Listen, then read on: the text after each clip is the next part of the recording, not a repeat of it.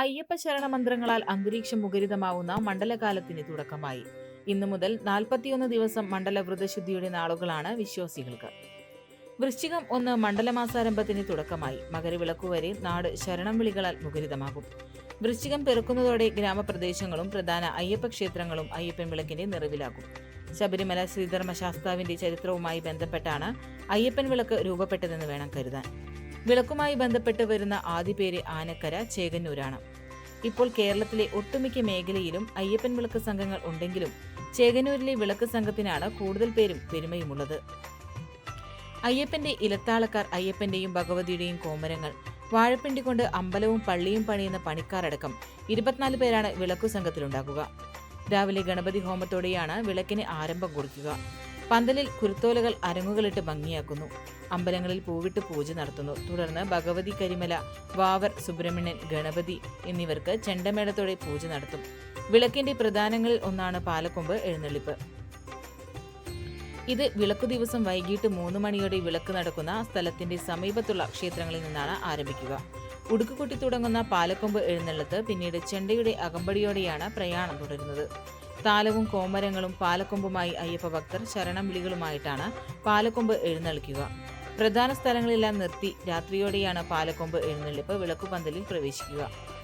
തുടർന്ന് അന്നദാനം നടക്കും. ആയിരങ്ങളാണ് ഓരോ വിളക്ക് സ്ഥലങ്ങളിലും അന്നദാനത്തിനുണ്ടാകുക. രാത്രി 9 മണിയോടെ തായമ്പകയോടെ പൂജ നടക്കും. ശേഷം 10 മണി മുതൽ പുലർച്ചെ 2 വരെ ഉടുക്കിന്റെ അകമ്പടിയോടെ അയ്യപ്പൻ പാട്ട് നടക്കും. അയ്യപ്പന്റെ ജനനം മുതൽ പുലിപ്പാൽ തേടി പോകുന്നത് ഉൾപ്പെടെയുള്ള സംഭവങ്ങൾ പാട്ടിൽ അവതരിപ്പിക്കും.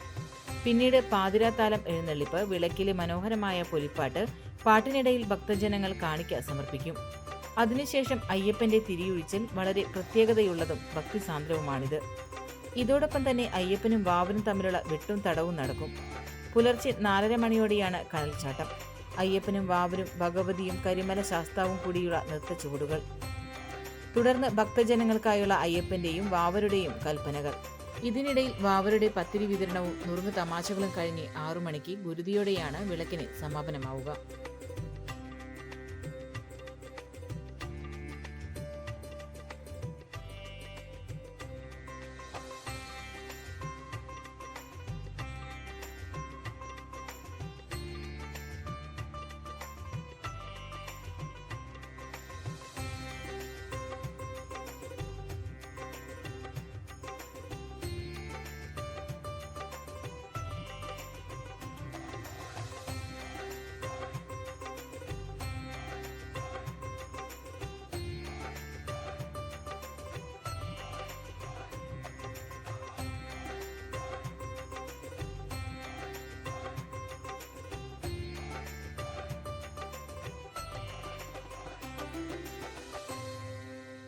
പെണ്ണു കൊതിക്കും പെണ്ണിനെ കൊതിപ്പിക്കുന്ന കനക കടകാഭരണങ്ങളുടെ കമനീയ ശേഖരവുമായി പട്ടാമ്പി പട്ടണത്തിന്റെ കനക കൊട്ടാരം Manukas gold and diamonds, Manukas tower railway ഓവർബ്രിഡ്ജിന് സമീപം, മെയിൻ റോഡ്, പട്ടാമ്പി.